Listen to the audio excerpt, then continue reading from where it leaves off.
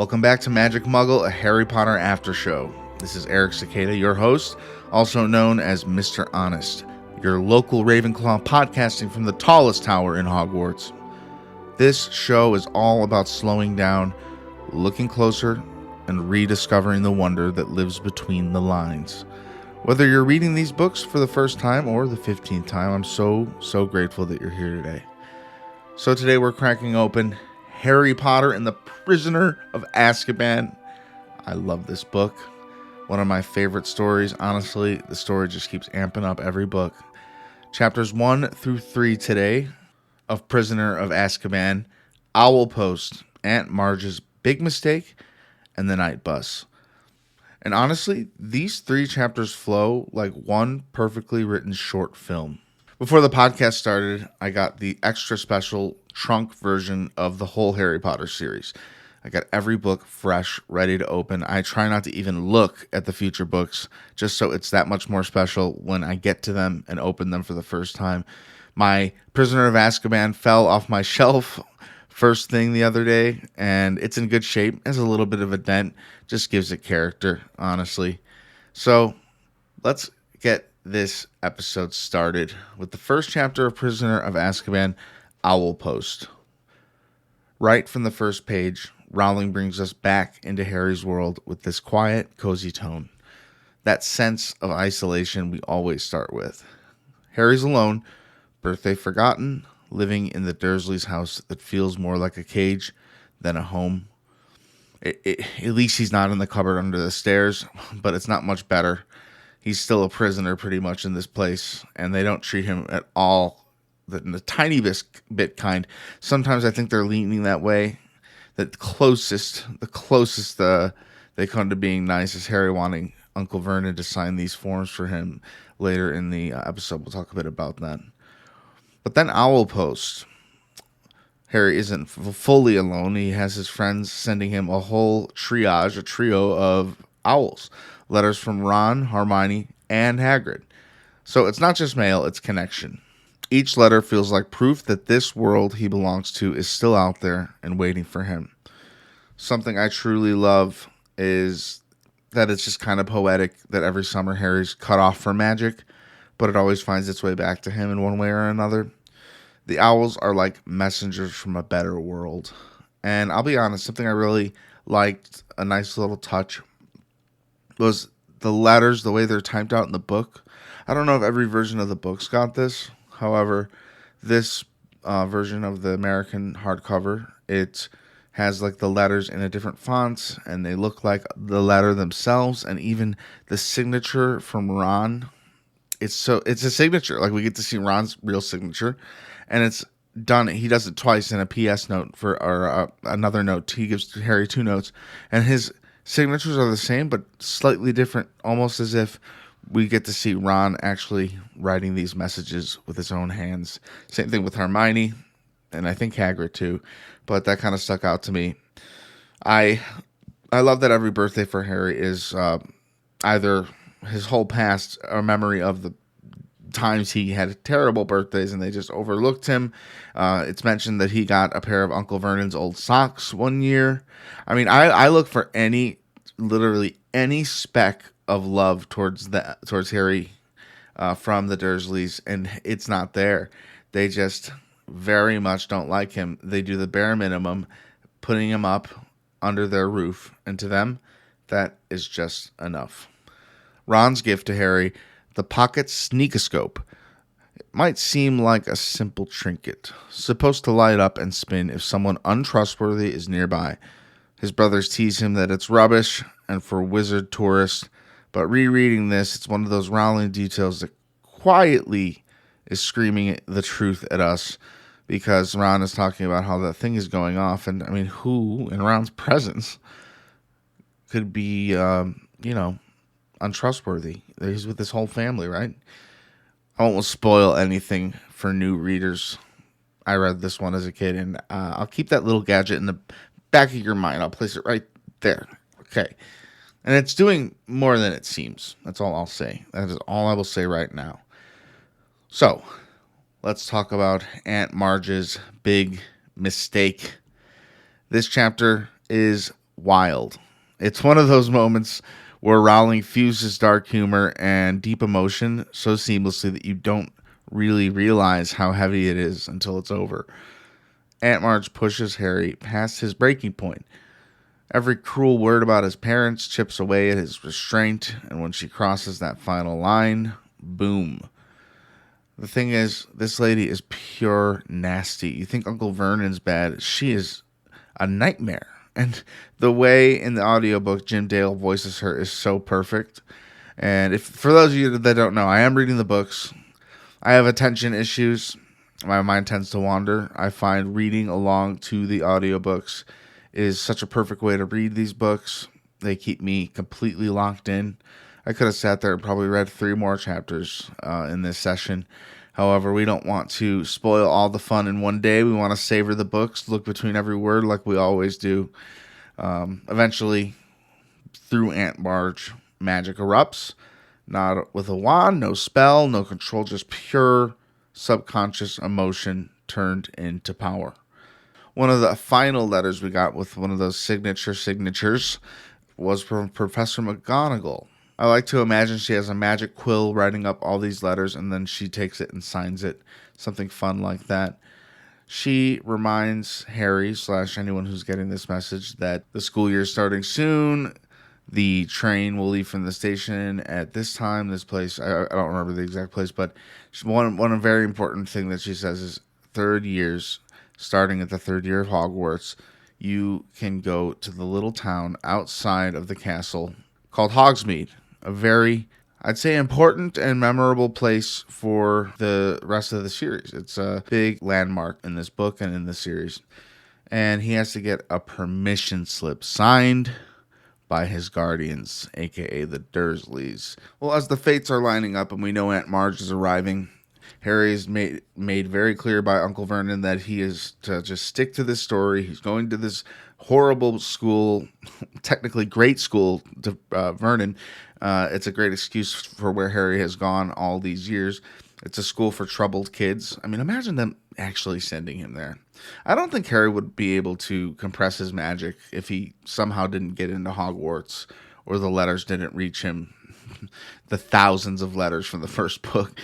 He was destined for Hogwarts, but this school sounds like a nightmare scenario for somebody like Harry, who's a good kid and completely stuck in a bad situation. So to get this letter signed to Hogsmeade, to be able to go away to another town on weekends and whatnot to just hang with his friends, there's going to be some signature things introduced in Hogsmeade. Butterbeer, anyone? Little foreshadowing. I don't think Butterbeer is a spoiler. I think it's just a nice little nod to what's to come. I actually am very surprised we haven't heard one beat of Butterbeer. Not an inch of Butterbeer yet in the series. Yet it's so iconic. It feels like it's always just there, waiting for Harry to get his first mug full. So Harry strikes a deal with the purple-faced, very angry Uncle Vernon that he will be on his best behavior for Marge, his aunt. I mean, it's far from a loving kind of aunt. It is an abusive situation, really, with this woman. However, he'll be on his best.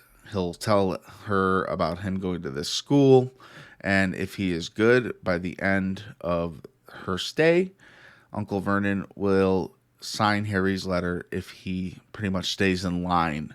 So Harry has an incentive not to talk back to this lady. I mean, it's just kind of funny how the book treats the accident that transpires with Aunt Marge. And what happens is she just completely loses it on Harry. Every time he's in the room, she's just basically like is roasting him from the minute she gets there from the minute to the minute she leaves. It honestly gets you in Harry's shoes. You really feel defensive and angry about this. Like, they have no perspective of who Harry is and what he just did last year. But that basilisk, it's the same kid who just shoved a sword through a giant snake's mouth. And now he's back dealing with a whale of an ant. And I'm sorry, I'm a big person myself. But when you spew mean comments, you're going to get called names. And she's a big, lumpy meanie, okay? And I'm thinking with what happened with Aunt Marge, it's the first time that, like, Harry's anger actually works. And not in a heroic way, but a human way.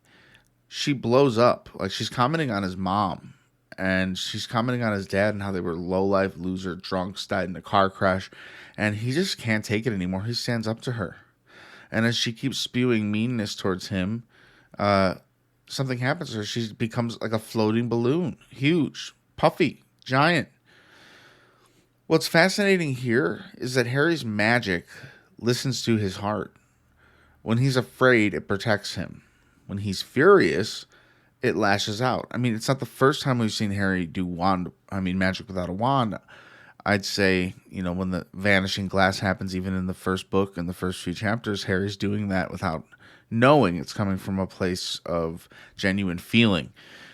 It's a glimpse of the raw potential inside him. The kid who used to be powerless just stood up to his abuser, and the universe answered back. So she's left there floating against the ceiling, in contrast to the book, where I'm pretty sure she flows away like a balloon out into the sky, which is honestly, the feeling of losing a balloon is like, gives some people I know like anxiety.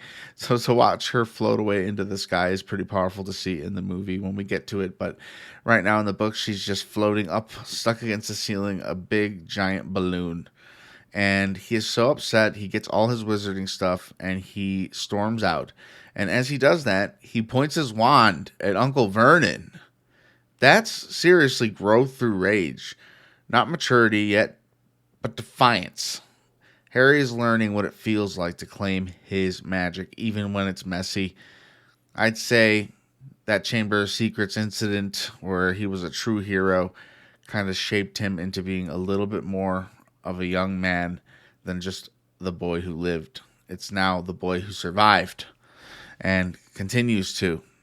So he leaves the Dursleys, permission slip, unsigned, unfortunately for Harry. He couldn't hold it any longer. Honestly, I think the best of us can kind of sympathize with that. Anyone who's being talked to like that, especially antagonized by something that you have no control over and is a deep, intimate part of your past, being the death of Harry's parents. Instead of giving them a respectful out and like it was an accident, Aunt Marge tries to say it was drunk drivers and stuff. That's just not right. It doesn't sit right with Harry. So I would probably break when Harry did too. So now Harry is out on his own with all his school supplies in the dark of the night. Now we get into the Night Bus, Chapter 3, when reading and listening. This first trilogy of chapters went by too fast. If you are a familiar reader to this series, you know that it's kind of hard to put the book down. But I'm doing it just to get this episode out. So I'm not, I seriously was going to read ahead a little bit, but I didn't. I wanted to stay focused on these 3 chapters for this episode. And if I really want to, I'll just record the next one right after this. However, it's good to just sit in the story and think about it and let it marinate in my head a little bit. I read them all last night, and here I am the following morning. A little TMI for you, letting you into the process of how it goes over here at Magic Muggle. Once Harry storms out of Privet Drive, suitcase in hand, we can feel it. That electric mix of panic and freedom mixed together. For the first time, he's cut off from everything. No family, no school, no guidance, just the night, the wind, and his own magic buzzing in his fingertips. Makes you wonder, can Harry really and wizards form magic and do magic without wands? We see Dobby can, in the last book, make himself disappear and whatnot. However, do any regular witches and wizards use magic without a wand? Any of them in this whole series? I'm curious. We'll look out for that. But I think it's very interesting that Harry can make this unfiltered magic happen, like with the vanishing glass and with Aunt Marge blowing up. Without even a wand, it's just something that kind of wills itself into existence. And I don't even know how purposeful Harry was in making Aunt Marge blow up. For me, I believe it was untapped anger, something he couldn't control, and it kind of subconsciously formed itself into that spell that made her blow up like a balloon. I just think it's fascinating, and I hope we learn a little bit more about magic without wands. I doubt we will, but if we don't, we're going to get a hold of J.K. Rowling and ask her. But back to the chapter. Something shifts in the dark. He sees movement. a tall shape with glinting eyes watching from across the street. He can't make out what it is, only that it feels wrong, predatory, and cold. That moment, that glimpse, is our first taste of the darker magic creeping into this story and series. Harry doesn't know it yet, but something has already found him. Instinctively, he raises his wand and whispers Lumos to get a better look, and that tiny act, a bit of light in the dark, summons something entirely different. The night bus screeches into existence with a crack on the pavement. I love the night bus. It's short-lived. I know we see it in the movies once. Do we see it again in the entire series? That's what I'm looking forward to. Little callbacks and references that these bigger books are going to have less and less that's in the movie. And the movies will have, a bare version of the story, cutting out all the intimate details that we're going to be getting in the book. The bus itself is pure chaos and comedy. Flying furniture, bouncing beds, all of it. But beneath the laughter, we can still feel the echo of what Harry saw out in the dark. Whatever that thing in the alley was, it's not done with him. By the end of the ride, he's at the Leaky Cauldron. That same place that Hagrid took him in the first book, where he used his, I think it's a wand disguised as an umbrella, to open the passage to Diagon Alley. So he's safe now, and yet somehow Fudge, the Minister of Magic, greets him with unsettling calm. Almost too nice. The world is whispering about Sirius Black. We've been getting little bits and pieces of this throughout the whole book so far. This, Sirius Black. He's on TV. Even the Muggles know about it. A murderer escaped and tied to Harry in ways that he does not yet know. And as Harry settles into his room for the first time, we feel it too.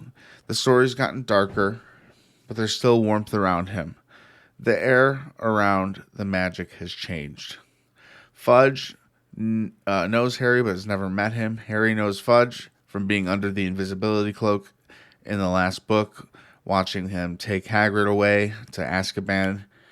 Oh my gosh, poor Hagrid. So we got to hear a little bit about Azkaban in the last book, but we're going to learn a lot more about it and what guards it. We learn more and more about Sirius Black, and now that he's a evil, secondhand Lord Voldemort villain, we learn that he killed 13 people with one spell.